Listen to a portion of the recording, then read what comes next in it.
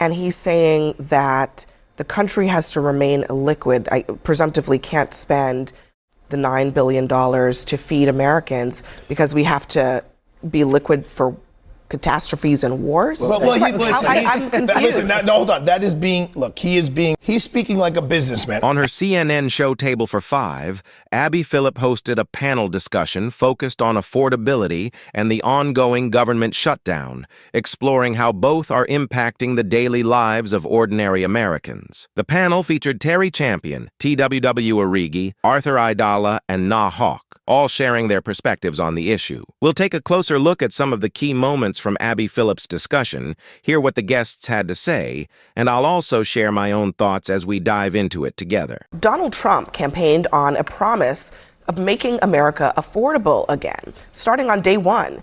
But here we are, 9 months into his presidency, and Americans are paying more for nearly everything. Prices are up at the grocery store, from coffee to beef to cereal. And this week, voters showed their frustration. The Democrats scored big wins in New Jersey and Virginia and New York City, sending a message about affordability. Now, President Trump, though, he says that he doesn't want to hear about it, calling it a con job and blaming the media. But a new report on Friday shows that Americans are feeling worse about this economy. U.S. consumer sentiment declined to a more than 3-year low, and layoffs for October surged to a 2-decade high. All while record-breaking government shutdowns, that's going on every day now, frustrating air travelers, leaving over 1 million federal workers without a paycheck. Families are now wondering whether they'll be able to pay for their next meal. People are really hurting out here, and it's not just the traveling public, but it's affecting the whole economy, and you people are to blame. This is a disaster, honestly, for Americans, for regular people. The government shutdown it has no winners.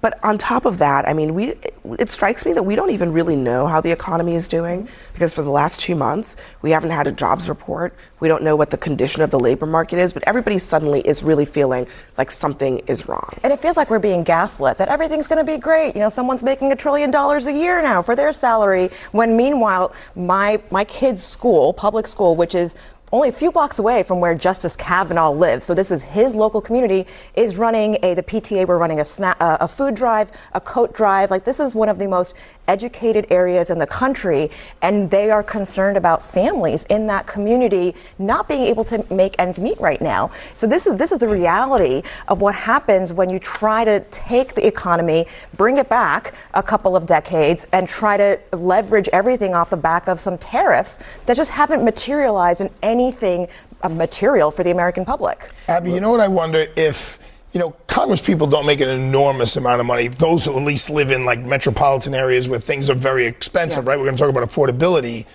I wonder if their paychecks were frozen during these shutouts, whether we'd be going on almost 5 or 6 weeks, because their paychecks aren't frozen. Right. And if those Congress people and those senators went to their home constituents and went into those streets and saw the food drives and heard about people who don't have enough money to put gas in the car to go to a job, I wonder if both sides would take off their little Democratic pin and their little Republican pin and say, you know what I am? I'm an American. And these are the people who I serve, and they're hungry. They are literally hungry. And so I'm going to put aside and Trump and this, and let's just fix it, and let's feed our American citizens. Arthur, I don't know if I have a fever or what. This is the first time I've ever agreed with you on this show. Thank goodness. Like, he's on I agree with I can't go. But you're so right. And even what makes it even more scary is how tone deaf this administration appears. And I'm referring to the president. Like, it's like ballrooms over baby food. Like, what are we talking about here? Why are we showing bathrooms? What's really going on? Most Americans I read maybe can afford to miss one paycheck. I don't know how many Americans can do that. When I was growing up, it was paycheck to paycheck, literally. So you miss one, now we're at 2.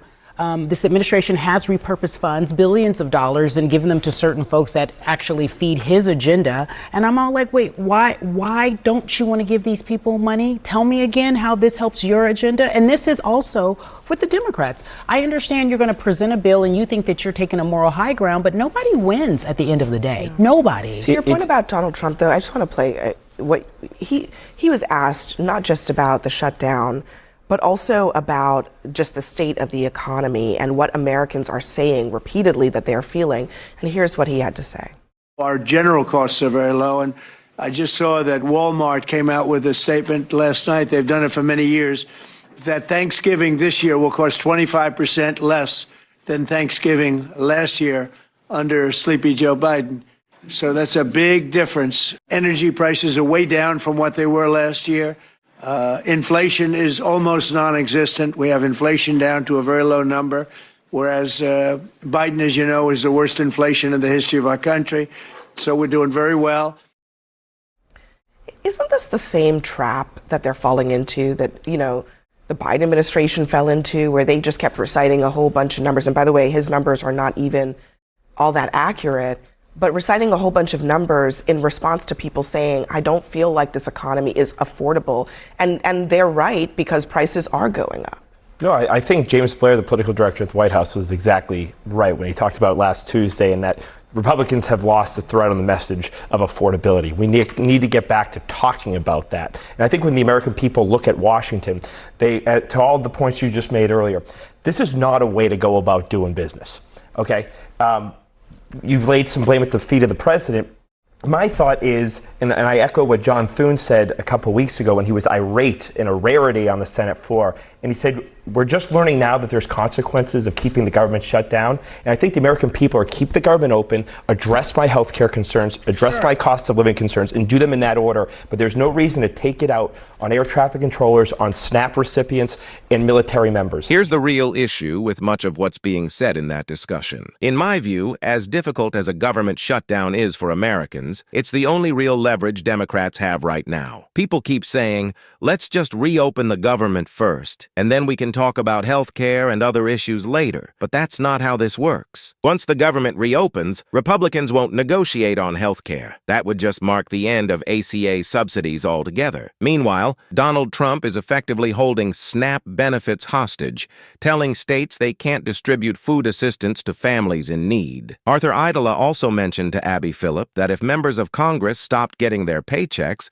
maybe they'd be quicker to act and reopen the government. On the surface, that sounds fair. I agree that if they're not doing their jobs, they shouldn't get paid. But in reality, it doesn't affect them the same way it would ordinary people. Take Rick Scott, the senator from Florida. He said Congress shouldn't get paid during a shutdown, yet his net worth is estimated between $250 and $750 million.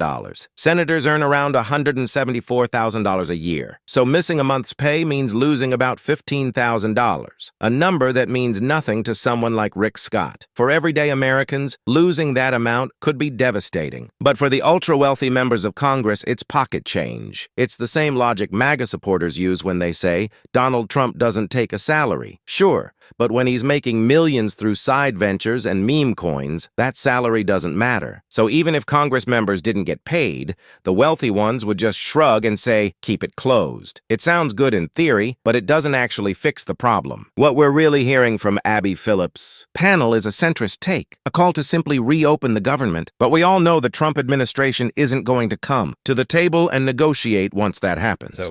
That it's really coming to fruition, this idea of when you fire a whole bunch of people willy-nilly, like Doge did just last spring. They fired 1,300 people from the FAA.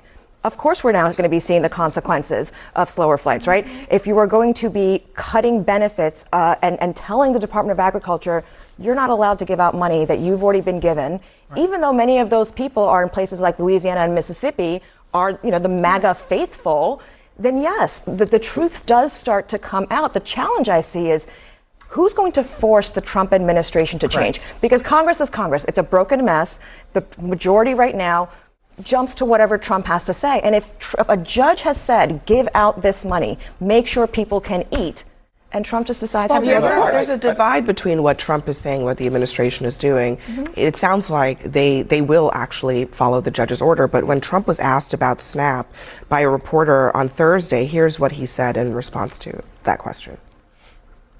What's your message to folks as they work this out in the courts and in Congress as we're heading into Thanksgiving? And one other thing, our country has to remain very liquid because problems, catastrophes, wars, could be anything. We have to remain liquid. We can't give everything away based on a number. I mean, just remember, he's talking about food assistance to Americans. And he's saying that the country has to remain liquid. I presumptively can't spend the $9 billion to feed Americans because we have to be liquid for catastrophes and wars. Well, I'm confused. Hold on. That is being, look, he is being he's speaking like a businessman. I run a tiny, infinitesimal business. However, I know what he means when he about liquidity, about being there. Like, if something happens, you need to have funds. If COVID all of a sudden blows up again or something else. $9 billion is a rounding error in the federal government budget. Okay, but $9 billion is literally a rounding error in the Department of Defense budget. Thank you. Okay. So why are we acting as if this is an insurmountable amount of money that we cannot find? Because he's trying to put Americans? pressure. He's trying to put pressure to land this plane. That's called politics. He's then. trying to. It's all about politics. No, look, it's about for the government, people. for the congressional Democrats. This is known as Trump's shutdown, right? Sure. So the longest it goes down in history that Trump had the biggest failure, the biggest shutdown. So they have no real impetus to end this. When you said what's going to make this end, the people are going to. When tomorrow people go to the airport, tonight people go to the airport and they can't fly, that's what's going to make this end. That's true. Abby Phillip is absolutely right when she points out that $9 billion is practically nothing in the context of the federal budget. As she says, it's basically a rounding error compared to the trillions spent on defense or war-related expenses, whichever label you prefer. She also highlights how Trump, being a businessman, approaches governance through a profit-driven lens, and that, to me, exposes the real problem. This is exactly why you don't want a businessman, especially one with multiple bankruptcies like Donald Trump, running the government. In business, you can fire underperforming employees or cut products that aren't profitable, but in a country, you can't treat people that way. You can't just decide that certain citizens aren't performing well and discard them, though that's clearly the kind of mindset the MAGA crowd seems to admire. Arthur Idala mentioned Trump's business background to Abby Phillip, but the truth is, Trump only cares about money, specifically money that benefits him. So when he looks at $9 billion meant to feed struggling Americans, he thinks, maybe that money could go somewhere else, because he doesn't care about those people. It's disgusting, and it's refreshing to hear Abby Phillip call it out on national television because you rarely hear such honesty in mainstream media. Whenever we're told, how are we going to pay for this? Or, where will the money come from? We should remember how easily billions are sent overseas. 20 billion, then 40 billion, and now 60 billion to Argentina, while leaders claim we can't spare 9 billion to ensure Americans have food on the table. That hypocrisy is outrageous. This is exactly why Democrats shouldn't back down, even though the fight is tough. People see who's really to blame here: the Trump administration and its heartless approach to ordinary Americans. Their actions make it clear they don't care whether people live or die, and the way they've handled SNAP benefits proves it. I'd love to hear your thoughts on this. Do you agree with Abby Phillip's perspective on her Table for Five show, or do you side with the MAGA and centrist argument that we just need to reopen the government? Let me know what you think in the comments, and don't forget to like and subscribe.